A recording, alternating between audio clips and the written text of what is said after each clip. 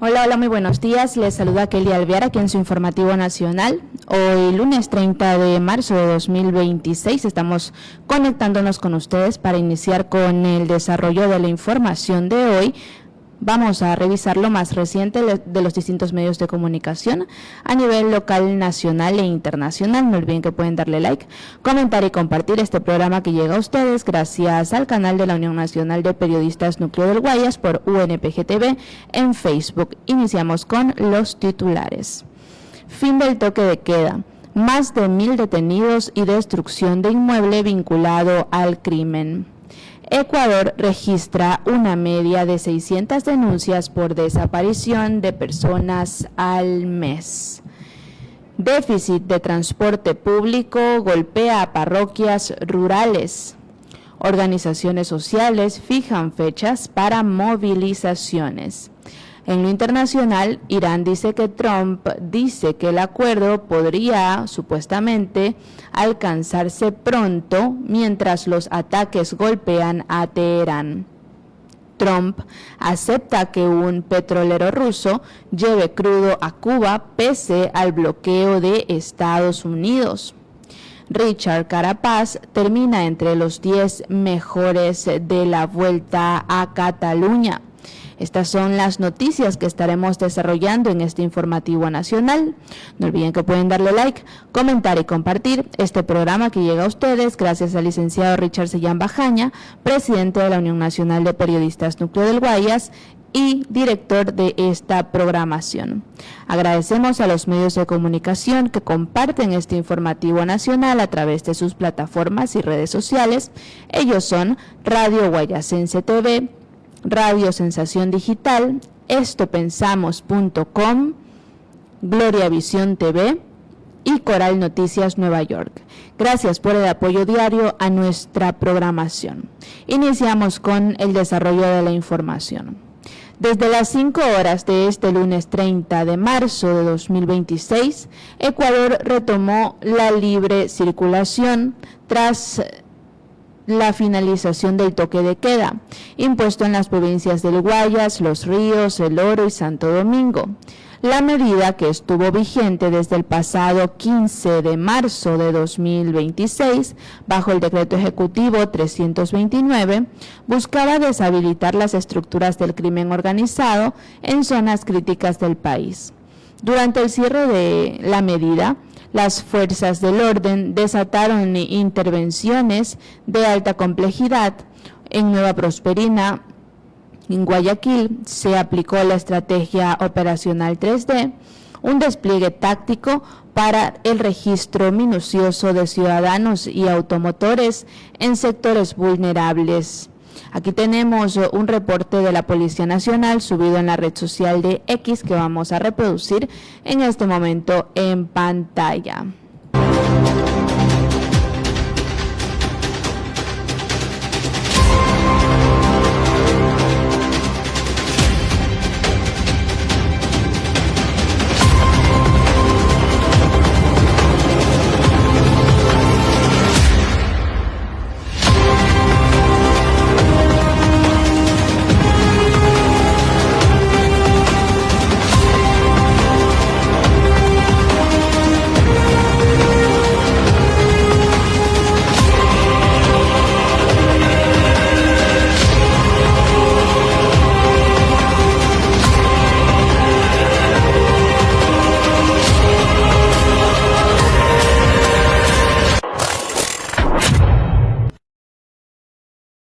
Ese es el video que subió la Policía Nacional del Ecuador.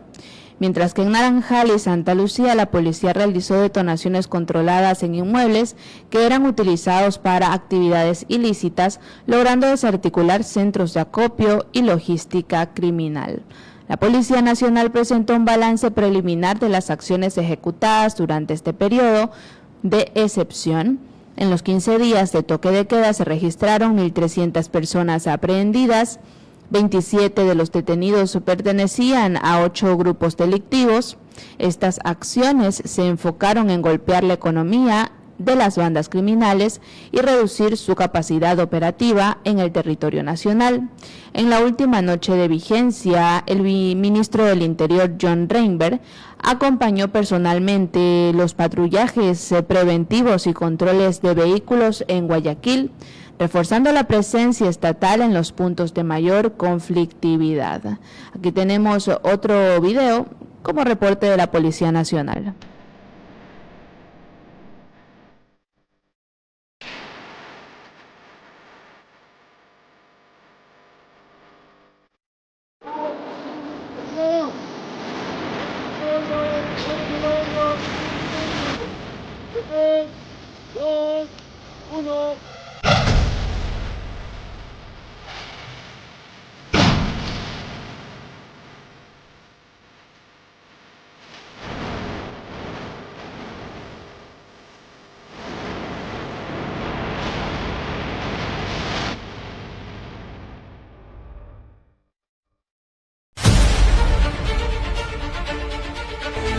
¡Va a existir una explosión!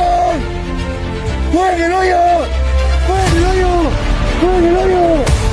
¡3, 2, 1!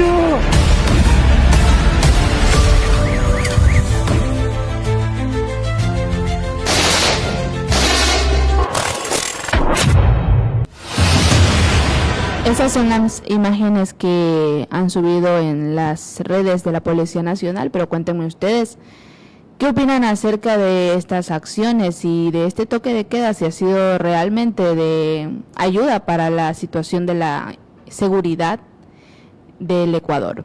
El gobierno nacional, liderado por el presidente Daniel Noboa, confirmó que la restricción de movilidad no será extendida, por lo que a partir de hoy las actividades comerciales y de transporte pueden desarrollarse sin las limitaciones de horario que marcaron las últimas 2 semanas. Aunque el toque de queda ha finalizado, el comandante general de la policía, a través de su cuenta de X, aseguró que el trabajo coordinado y articulado junto con nuestro ministro John Reinberg brinda el respaldo necesario durante el trabajo de nuestros servidores policiales y sus comandantes en territorio. Seguimos con el desarrollo de la información. No olviden que pueden darle like, comentar y compartir. Esta primera noticia la hemos leído de metroecuador.com.es. Ahora teleamazonas.com nos indica que Ecuador registra una media de 600 denuncias por desaparición de personas al mes. Ecuador mantiene un promedio sostenido de alrededor de 600 personas desaparecidas al mes desde 2023, en el peor periodo de incremento de violencia criminal en el país. Aunque el número total de denuncias se ha estabilizado, los indicadores más críticos, víctimas halladas sin vida y personas que aún siguen sin ser localizadas, reflejan un deterioro sostenido. Según cifras del Ministerio del Interior, en 2025 se registraron 7.459 denuncias por desaparición involuntaria, un 5.3% más que en 2024, 7.081 casos. Al cierre del año, 854 personas continuaban sin ser halladas, el nivel más alto de la última década, y un aumento del 62% frente al año anterior, mientras que 433 víctimas fueron encontradas sin vida. Entre enero y febrero de 2026 ya se registraron 1.239 nuevos casos. Un caso emblemático de este problema es el de Alina Pihuave, ex reina de Puerto López, desaparecida el 27 de diciembre de 2025 tras asistir al velorio de su novio. La hipótesis policial apunta a un secuestro perpetrado por actores criminales. Sin embargo, hasta la fecha no existen responsables y no se ha hallado a la víctima o a su cuerpo. Uno de los patrones recientes muestra un fenómeno recurrente de grupos de jóvenes que se desplazan a balnearios de la costa y luego desaparecen o son posteriormente asesinados. La Iniciativa Global contra la Delincuencia Organizada Transnacional, GTOC, publicó una guía para comprender y enfrentar el fenómeno creciente de las desapariciones vinculadas con el crimen organizado. El organismo advierte que las desapariciones vinculadas a grupos criminales responden a lógicas específicas: control territorial, generación de miedo, silenciamiento de testigos y explotación en economías ilegales como tratas de personas. A diferencia de las desapariciones forzadas atribuibles a los agentes estatales, estos casos suelen estar marcados por opacidad, fragmentación de responsabilidades y bajos niveles de esclarecimiento. Se trata de situaciones en las que una persona es arrestada, detenida o secuestrada por grupos de crimen organizado, a veces en complicidad con actores estatales, y cuyo paradero o destino es desconocido para sus familias. Pero ¿cuáles son los motivos? El crimen organizado utiliza las desapariciones para generar miedo, consolidar el control sobre los territorios o incluso para reducir artificialmente tasas de homicidios. También hacen esto para silenciar a quienes se oponen a sus actividades y para explotar a las víctimas en mercados ilícitos como la trata de personas o el trabajo forzado. ¿Quiénes pueden ser víctimas? Cualquier persona puede ser víctima. Aunque los periodistas, activistas, denunciantes y funcionarios políticos son objetivos frecuentes, también corren riesgo los migrantes, empresarios, ciudadanos comunes e incluso niños. Este tipo de desapariciones provocan un impacto profundo a nivel local. Las víctimas directas sufren violencia física, psicológica y tratos degradantes, quedando totalmente despojadas de sus derechos. Mientras que las familias atraviesan traumas emocionales severos y desgaste económico. El impacto emocional es inmenso, dejando a las familias en un estado de incertidumbre y dolor, señala el informe. A esto se suman los costos de búsqueda y el peligro de sufrir extorsiones, según la guía de GTOC. En las comunidades, la desconfianza y el miedo erosionan el tejido social. Además, los casos sin resolver destruyen la confianza en las fuerzas del orden y las instituciones gubernamentales.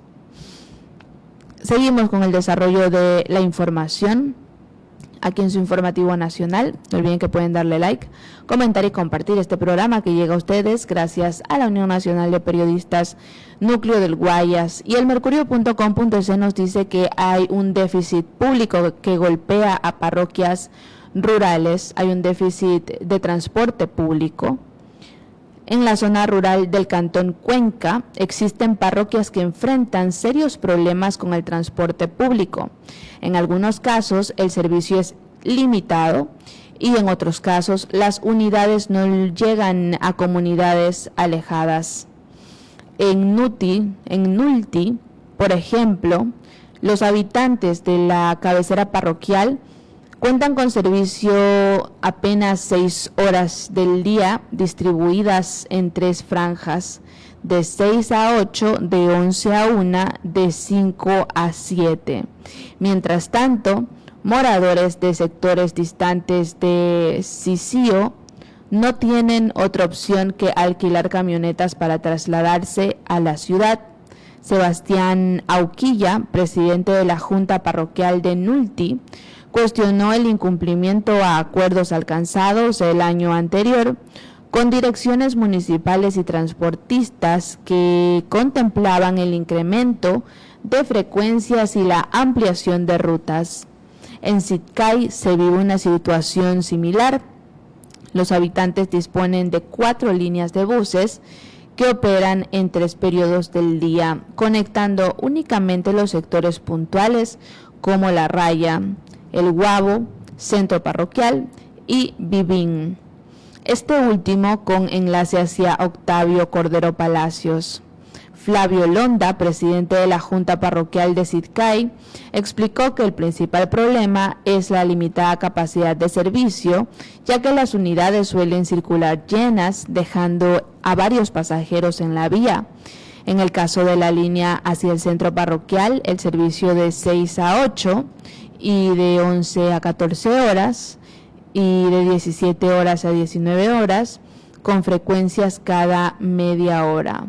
Asimismo, cuestionó las condiciones de las paradas ubicadas en la ciudad, desde donde los pobladores de Sitkay abordan los buses. Por ejemplo, en el sector del Centenario Patrimonial, los usuarios deben esperar en la intemperie sin infraestructura adecuada que los proteja del sol o la lluvia.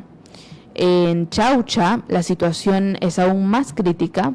Los habitantes cuentan con un solo turno de bus. La unidad sale de Cuenca a las 6:45 y retorna desde la parroquia a las 12 horas. Rodrigo Cortés, presidente de la Junta Parroquial de Chaucha, señaló que quienes no logran acceder a un bus deben pagar hasta $150 por flete, un vehículo privado, lo que representa un gasto considerable para las familias. Frente a esta realidad, la Dirección de Gestión de Movilidad DGM, municipio de Cuenca, explicó que el sistema de transporte público del cantón presenta una cobertura diferenciada entre zonas urbano y rural.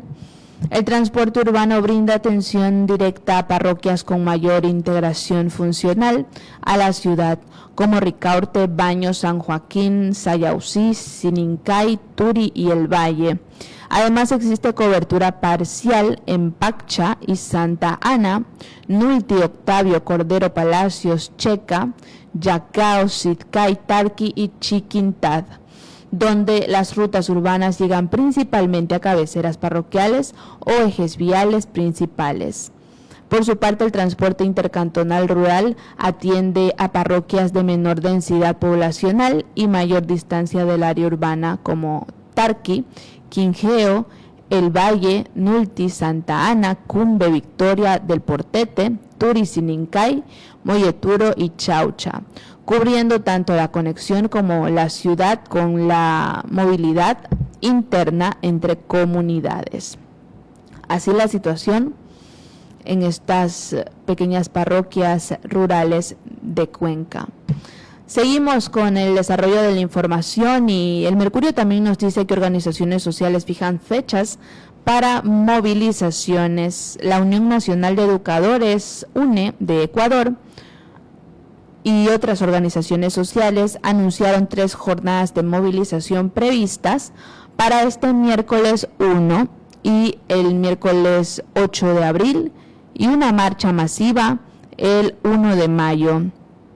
La movilización surge como una respuesta perfecta, directa, de diversas organizaciones sociales en rechazo al acuerdo ministerial número MDT 2026-059, que regula los turnos y horarios especiales de trabajo y entre otras causas.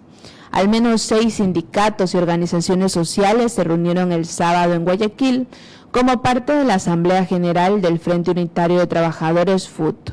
Los dirigentes exigieron la derogatoria del Acuerdo Ministerial de Flexibilización Laboral y la reforma al Código Orgánico de Organización Territorial, Autonomía y Descentralización, COTAD. Textualmente dijeron: enfrentamos un gobierno sometido al Fondo Monetario Internacional, FMI, que busca censurar y debilitar las organizaciones sociales. Está en riesgo el derecho de todos los sectores populares a organizarse y defender sus derechos, dijo Andrés Quispe, presidente de la UNE. Además, expresaron su malestar por la decisión del Consejo Nacional Electoral de adelantar las elecciones seccionales para el 29 de noviembre de 2026. También exigen la salida de Diana Tamaint del organismo. En la cita participaron presidentes de la Confederación Ecuatoriana de Organizaciones Clasistas Unitarias de Trabajadores, CEDOCUT, la Confederación Ecuatoriana de Organizaciones Sindicales Libres, CEOLS, también la Unión General de Trabajadores del Ecuador, UCTE, la Federación Ecuatoriana de Trabajadores Municipales y Provinciales, FEDMIP, y la Unión Nacional de Educadores y otras organizaciones. Vamos a estar pendientes, ya saben que las movilizaciones están previstas para el 1 de abril, 8 de abril y 1 de mayo. Seguimos y en el ámbito internacional, Irán dice que Trump indicó que el acuerdo podría alcanzarse pronto mientras los ataques golpean Teherán. Veamos este reporte realizado por Euronews.com. Los ataques continuaron cayendo sobre Irán durante la noche del domingo, incluso mientras el presidente de Estados Unidos, Donald Trump, repetía sus afirmaciones de que pronto se podría alcanzar un acuerdo para poner fin a la guerra. El Ministerio de Energía de Irán informó de cortes de electricidad tras los ataques contra instalaciones del sector eléctrico. Kuwait informó de que un trabajador había fallecido tras un ataque contra una central eléctrica y una planta desalinizadora, y Arabia Saudí afirmó que sus fuerzas habían detectado e interceptado 5 misiles balísticos. And we will probably, I think we'll make a deal with them, pretty sure. Whether it's possible, we won't. But we've had regime change, if you look already, because the one regime was decimated, destroyed, they're all dead. The next regime is mostly dead. And the third regime, we're dealing with different people than anybody's dealt with before. It's a whole different group of people. So I would consider that regime change. El presidente del Parlamento iraní acusó a Washington de utilizar la diplomacia como cortina de humo al advertir sobre una posible invasión terrestre. Mientras tanto, el primer ministro israelí Benjamín Netanyahu anunció el domingo planes para ampliar la invasión terrestre de su país en el sur del Líbano. En toda la región, el número de víctimas mortales sigue aumentando a medida que la guerra se adentra en su segundo mes. A pesar de sus gestos diplomáticos, Estados Unidos también ha estado enviando más recursos militares a la región. Según el Washington Post, el Pentágono llevaba semanas preparando planes para operaciones terrestres que podrían incluir incursiones en zonas cercanas al estrecho de Hormuz, aunque Trump aún no ha aprobado ningún despliegue. Y continuamos con el desarrollo de la información internacional. Asimismo, Euronews.com nos indica que Trump acepta que un petrolero ruso lleve crudo a Cuba pese al bloqueo de Estados Unidos. Veamos este reporte. El presidente de Estados Unidos, Donald Trump, afirmó el domingo que no tendría ningún problema con que un petrolero ruso situado frente a las costas de Cuba le suministre ayuda a la isla, cuyos habitantes se han visto gravemente afectados por el bloqueo impuesto por Estados Unidos. El presidente confirma así las informaciones que han circulado sobre dicho petrolero ruso sancionado, que navega en estos momentos frente al extremo oriental de la isla y se espera que llegue a puerto este martes. We have a tanker out there. We don't mind having somebody get a boatload because they have to survive. It wouldn't bother me. That report is true as far as you know. Well, I would say, I told them, if a country wants to send some oil into Cuba right now, I have no problem with it. Do you worry that that's Whether it's Russia or no. Los expertos afirman que el envío previsto podría aportar unos 180.000 barriles de gasóleo suficientes para cubrir la demanda diaria de Cuba durante 9 o 10 días. El bloqueo estadounidense ha tenido un efecto devastador sobre la población civil de la isla, que sufre largos apagones y una falta de recursos que ha llevado al país al borde del colapso. Un número cada vez mayor de países y organizaciones humanitarias, así como una flotilla civil, han intensificado sus esfuerzos para llevar ayuda a la isla caribeña, mientras la ONU advierte de una crisis humanitaria cada vez más grave.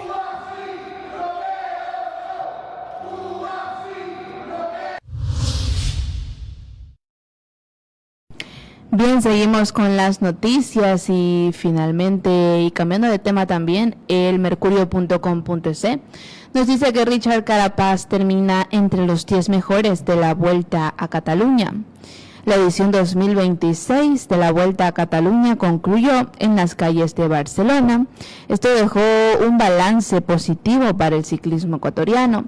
Richard Carapaz, líder del equipo de EF Education Easy Post, logró mantenerse en el grupo de élite, así pudo cerrar su participación en el top 10 de una de las carreras más exigentes del calendario mundial. El corredor carchense, conocido como la locomotora, demostró una notable regularidad a lo largo de las 6 etapas. Su momento más destacado ocurrió durante la 6ª jornada de alta montaña, con meta en el santuario de Queralt.